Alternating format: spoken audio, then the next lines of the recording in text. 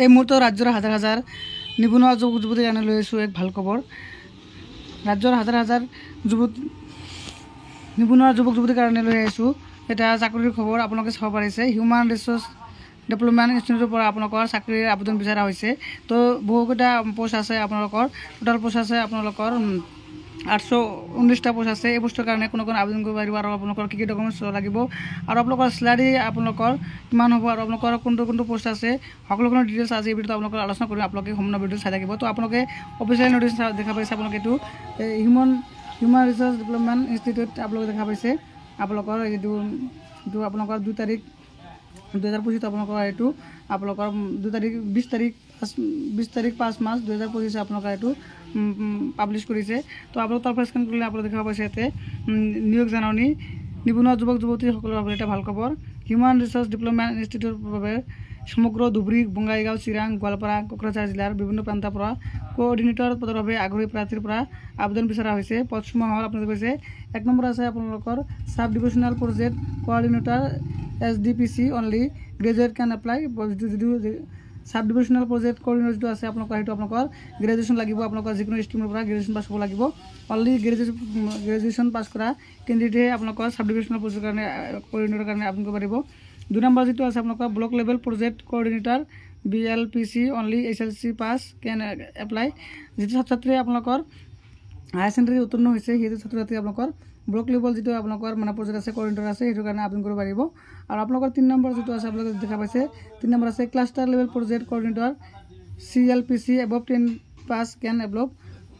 যিবিলাক ছাত্ৰ ছাত্ৰীয়ে ক্লাছ 10 অৰ্থাৎ মেট্ৰিক পাছ কৰিছে এইবিলাক ছাত্ৰ ছাত্ৰীয়ে আপোনালোকৰ ক্লাষ্টাৰ লেভেল যি প্ৰজেক্ট আছে আপোনালোকৰ কোঅৰ্ডিনেটৰ আছে সেইটো কাৰণে আবেদন কৰিব পাৰিব। তাৰপিছত দেখা হৈছে আপোনালোকৰ পদসমূহ SC ST OBC MOBC আৰু জেনেৰেলৰ কাৰণে বাবে মুকলি থাকিব। বয়স 18 বছৰৰ পৰা 48 বছৰৰ ভিতৰত হ'ব লাগিব। তাৰপিছত দেখা আছে যিসকল প্ৰাৰ্থীয়ে এপ্লাই কৰিব বিচাৰে তেওঁলোকে আপোনালোকে হৈছে আমাৰ ৱেবছাইটটো দিয়া হৈছে। এই ৱেবছাইটত গৈ আপোনালোকে অনলাইন আবেদন কৰিব পাৰিব। মুঠ পদৰ সংখ্যা হৈছে 819টা পদ আৰু আপোনালোকৰ দৰমহা হ'ব আকৰ্ষণীয় 8,000 পৰা আপোনালোকৰ 16,000 চুক্তি অনুযায়ী আবেদনৰ আপোনালোকৰ মানে দৰমহাটো 8,000 পৰা 16,000 লৈকে আপোনালোকৰ চুক্তি অনুযায়ী আপোনালোকৰ দৰমহাটো হ'ব। আৰু আপোনালোকৰ আবেদনৰ অন্তিম তাৰিখ হ'ল 30 জুন 2025। আপোনালোকৰ মানে ইণ্টাৰভিউটো হ'ব আপোনালোকৰ সাক্ষাৎকাৰ নিজৰ জিলাত অনুষ্ঠিত হ'ব। বিশেষ জাননী জানিবলৈ আপোনালোকৰ এইটো হেল্পলাইন নম্বৰ আছে, আপোনালোকে এই নম্বৰত কল কৰিব পাৰে। আপোনালোকৰ মানে সাক্ষাৎকাৰ হ'ব আপোনালোকৰ মানে অৰাল হ'ব আপোনালোকৰ ফেচ টু ফেচ আপোনালোকৰ ইণ্টাৰভিউ দিব লাগিব।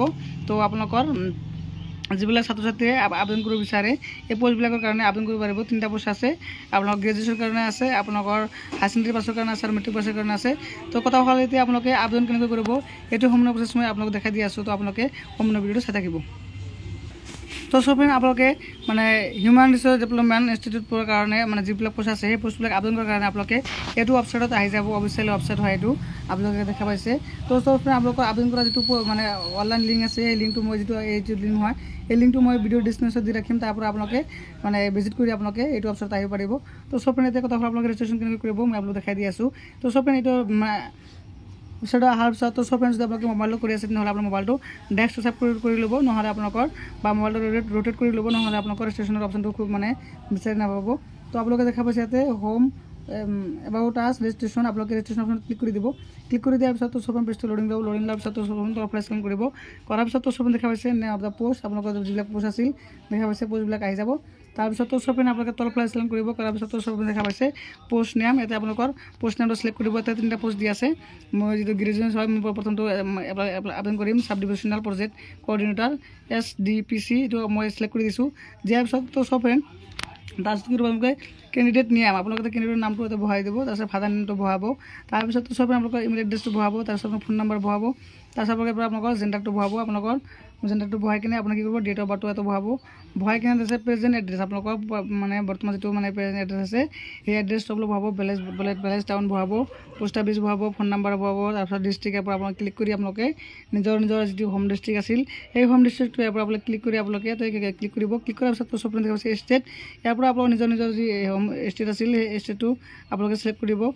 ক্লিক কৰাৰ পিছত তো সব ফ্ৰেণ্ড দেখা পাইছে পাৰ্মানেণ্ট এণ্ড এড্ৰেছ যদি ছেম হয় আপোনালোকৰ present address and permanent address same হয় তেনেহ'লে আপোনালোকে এই যিটো আপোনালোকৰ ঘৰ আছে ইয়াতে টিক মাৰ্ক কৰি দিব দিয়াৰ পিছত তো সব ফ্ৰেণ্ড আপোনালোকৰ এড্ৰেছবিলাক ইয়াতে অট'মেটিকলি ফিল হৈ যাব যোৱাৰ পিছত তো সব ফ্ৰেণ্ড আপোনালোকে কি কৰিব তলফালে চেণ্ড কৰাৰ পিছত দেখাইছে হাই এডুকেশ্যন কোৱালিফিকেশ্যন এক্সামিনেশ্যন কোৰ্ছ ইয়াতে আপোনালোকে এইটো লিখি দিব দিয়াৰ পিছত তো সব ফ্ৰেণ্ড দেখাইছে ৰিজাল্ট গ্ৰেজুৱেশ্যন ডিভিশ্যন আপোনালোকৰ কি ডিভিশ্যন হয় এইটো আপোনালোকে এইটো আপোনালোকে ইয়াতে লিখি দিব দিয়াৰ পিছত তো সব ফ্ৰেণ্ড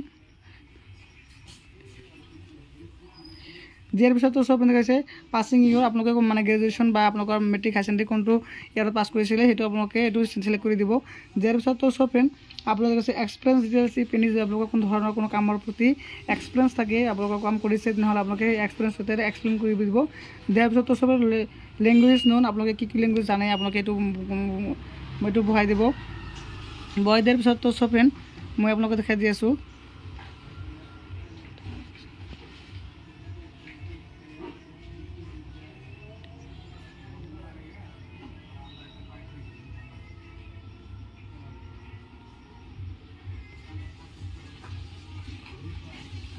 তো সব ফ্রেন্ড আপনার ল্যাঙ্গুয়েজ তো বহাই দিব বহাই কিনে আপনি কি করব এতে I hereby accept all declare এতে আপনার যদি ট্রান্সফার কন্ডিশন আছে এটা চাই ল'ব চাই কিনে আপোনালোকে কি কৰিব সেন্ড বটনত ক্লিক কৰি দিব দিয়াৰ পিছত তো সব আপোনালোকৰ ডাটাবিলাক সেন্ড হৈ যাব আৰু আপোনালোকৰ আবেদন হৈ যাব তো সব ফ্ৰেণ্ড মই ডিটেইলছ বহাই কিনে আপোনালোকক সেন্ড কৰি আপোনালোকক দেখাই দি আছোঁ তো সব ফ্ৰেন্ড আপোনালোকে সকলোখিনি ডিটেইলছ আপোনালোকে বহাৰ পিছত তো সব ফ্ৰেণ্ড আপোনালোকে ভালকৈ চেক কৰি ল'ব চেক কৰি লোৱাৰ পিছত তো সব ফ্ৰেণ্ড আপোনালোকে কি কৰিব দেখা পাইছে সেন্ড বটনত আপোনালোকে ক্লিক কৰি দিব ক্লিক কৰি দিয়াৰ পিছত তো সব ফ্ৰেণ্ড আপোনালোকৰ এনেকুৱা ইণ্টাৰফেচ আহিব দেখা পাইছে আপোনালোকৰ এনেকুৱা ইণ্টাৰফেচ আহিব দেখা পাইছে উপৰফালে স্ক্যান কৰিব কৰাৰ পিছত তো সব আপোনালোকৰ সকলো ডিটেইলছ আহি যাব অহাৰ পিছত তো সব ফ্ৰেণ্ড আপোনালোকে কি কৰিব প্ৰিণ্ট এপ্লিকেশ্যন বুলি আপোনালোকে ছাবমিট কৰিব ক্লিক কৰি দিব ক্লিক কৰি দিয়াৰ পিছত তো সব ফ্ৰেণ্ড আপোনালোকৰ যি আপোনালোকৰ এপ্লিকেশ্যনটো আছিল সেই এপ্লিকেশ্যনটো আপোনালোকৰ ছাবমিট হৈ যাব যোৱাৰ পিছত তো সব ফ্ৰেণ্ড আপোনালোকে কি কৰিব আপোনালোকৰ যি আপোনালোকৰ হেৰি আছিল আপোনালোকৰ যিটো এপ্লিকেশ্যন আছিল এপ্লিকেশ্যনটো আপোনালোকৰ মানে প্ৰিণ্ট হৈ যাব আৰু আপোনালোকে এনেকৈ আপোনালোকৰ ভিডিঅ' আপোনালোকে PDF কৰি বা প্ৰিণ্ট কৰি এইটো মানে ৰাখি দিব ভৱিষ্যতে আপোনালোকে যেতিয়া এটা হেৰি কৰিব আপোনালোকৰ